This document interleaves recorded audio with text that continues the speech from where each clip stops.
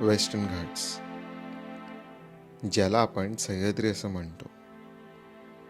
ही mountain range जवळपास 1600 kilometre लांब आहे आणि आपण समोर जे पाहतोय त्याचा हा छोटासा भाग आहे.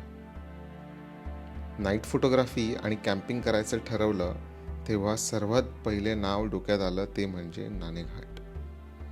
नाणेघाट मुंबईपासून 165 किलोमीटर आणि पुण्यापासून 120 किलोमीटरच्या अंतरावर आहे.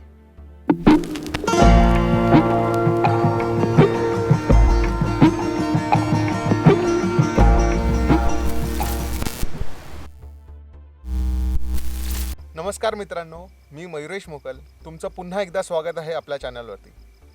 आज आम्ही आलो आहोत नाणेघाटच्या जीवधन किल्ल्याच्या जवळ. आम्ही ट्रेक तर नाही करणार आहोत, आम्ही कॅम्प सेटअप केलेला आहे इथे खालीच. तर आजचा विषय आहे नाईट फोटोग्राफी किंवा आपण म्हणू शकतो ॲस्ट्रो फोटोग्राफी. त्यासोबत आम्ही सकाळच्या वेळेला काही लँडस्केप फोटोज पण ट्राय करू, तर त्याचा आपण पुढे बघूयाच व्हिडिओमध्ये. तर आत्ता सध्या मी स्लायडर सेटअप केलेला आहे, त्यावरती जिनी आणि त्यावरती माझा DSLR असं सेटअप केलेलं आहे आणि आता टाईमलॅप्स घेणार आहे मी. मोशन टाईमलॅप्स शूट करण्यासाठी मी जिनी आणि स्लायडरचा वापर केला आहे आणि हे आहे आउटपुट. स्टारस्टॅक्स ॲप्लिकेशनच्या मदतीने मी ह्या फोटोजला एक डिफरंट ट्रीटमेंट द्यायचा ट्राय केला आहे आणि हे आहे आउटपुट. तुम्ही पाहू शकता आकाशातले तारे जे आहेत ते एका कॉमेटच्या रूपात आपल्याला पाहायला मिळत आहेत. मगाशी आपण जे मोशन टाईमलॅप्स पाहिलं त्यालासुद्धा मी स्टारस्टॅक सॉफ्टवेअरच्या मदतीने एक वेगळं रूप द्यायचा ट्राय केला आहे.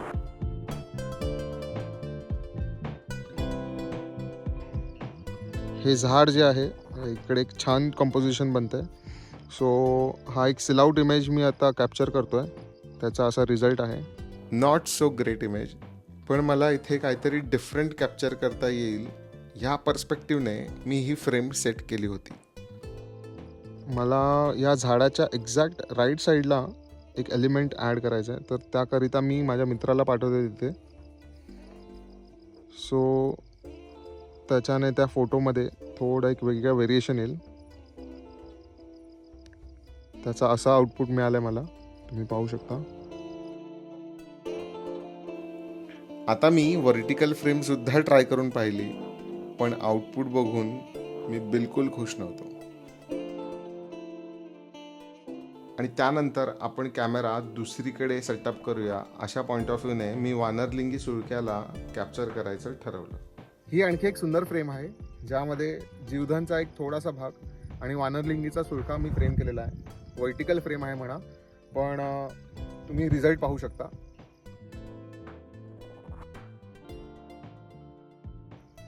ह्या सेम फोटोचा मी एक टाईमलॅप शूट केला आणि त्याचा रिझल्ट असा आहे.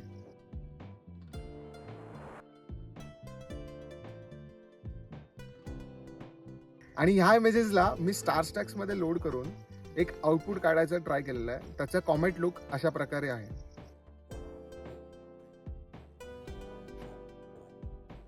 ट्रायपॉडवरती कॅमेरा सेट करून टाईमलॅप्सला लावलेला, पण वेदर म्हणजे वातावरण एवढं थंड होतं की लेन्सवरती बाष्प यायला सुरू झालं, तर त्या टाईमलॅप्सला आम्हाला थांबावं लागलं.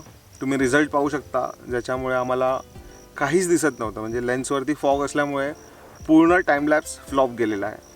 आणि सेकंडरी गोष्ट अशी झालेली की धुकं खूप वाढायला लागलेलं आणि जीवधनचा जो मी फ्रेम पकडली होती त्याच्या अवतीभवती पूर्ण फॉग निर्माण व्हायला चालू झालं आणि आता ते पूर्णपणे झाकून गेलेलं आहे, ज्याच्यामुळे काहीच दिसत नाही आहे.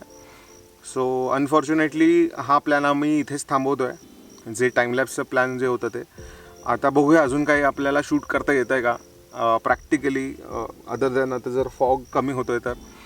पण मला ते काही दिसत नाही आहे because it is growing fast. तर लेट्स सी, बघूया. जर काही फ्रेम्स मिळत आहेत प्रॉपर शूट करण्यासारख्या तर मग ते आम्ही फोटोज काढू. टाईमलॅप्स तर मला वाटत नाही काही काढता येईल बिकॉज स्काय क्लिअर नाहीच आहे. आणि मिल्की वे जे आम्हाला शूट करायचं होतं, जे प्रॉपर जीवधनच्या किल्ल्याच्या मागून अशी वरती येणार होती, ते काही शूट करता येणार नाही आहे because it is too foggy. So let's see, milky वेचे काही आणखी शॉट्स मिळतील आम्हाला वरती आल्यानंतर, बट वी होप तोपर्यंत फॉग कमी होईल. मला असं वाटतंय त्या दिवशी माझं 1% लक कुठेतरी होतं, ज्यामुळे ढग थोडेसे ओपन झाले आणि मिल्की वेचा थोडा भाग आम्हाला पाहायला मिळाला आणि ते मी कॅप्चर केलं. हा एकदम सिम्पल फोटो आहे, ज्यामध्ये मिल्की वे तेवढी विजिबल नाही आहे, पण मला हा फोटो खूप आवडला. कारण त्यावेळेला खरंच एक्सपेक्ट केलं नव्हतं की ढग बाजूला होतील आणि आम्हाला मिल्की वे फोटो कॅप्चर करता येईल. हा फोटो कॅप्चर करून आम्ही टेंटमध्ये आराम करायला गेलो.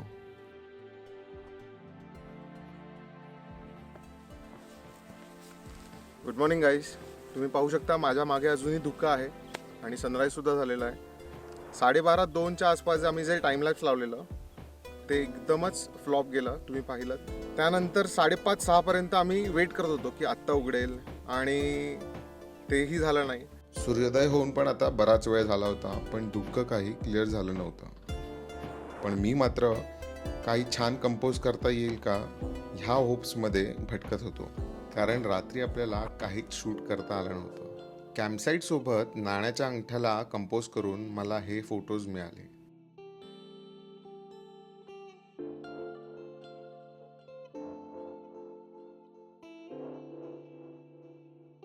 सूर्याच्या प्रकाशामुळे धुकं छान ग्लो करत होतं आणि ते मी टिपण्याचा प्रयत्न केला आहे. तुम्ही पाहू शकता हे 2 छान कंपोजिशन मी कॅप्चर केले आहेत.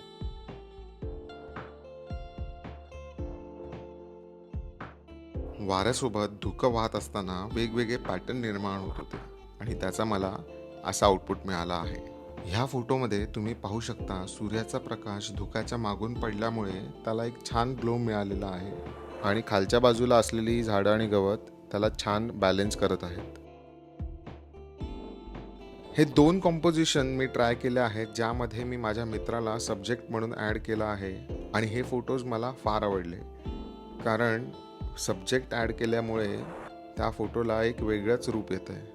आता वारा आणि ऊन दोन्ही वाढायला लागलं आहे, त्यामुळे धुकं उघडत होतं. मी शेवटचा टाईमलॅप्स टेलिफोटोवरती सेटअप केला आणि मला हे आउटपुट मिळालं.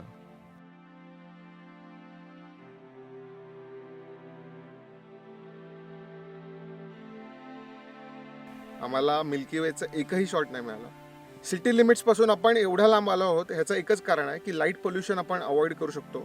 आपल्याला क्लिअर स्कायज मिळतात, आकाशात तारे जास्त प्रमाणात दिसतात, पण वेदर खराब असल्यामुळे मिल्की वे काय आम्हाला मिळाली नाही. But whatever we got is in front of you. तुम्हाला या व्हिडिओमध्ये कुठला पार्ट एक्झॅक्टली आवडला हे तुम्ही मला कमेंटमध्ये नक्की कळवा. जर तुम्ही चॅनलवरती नवीन आहात तर प्लीज सबस्क्राईब करा आणि आणखी काही मी लँडस्केप आणि नाईटस्केपचे व्हिडिओज तुमच्याकरिता घेऊन येत आहे. तर प्लीज चॅनलला सबस्क्राईब करा, लाईक करा, शेअर करा and will meet in next video. Bye.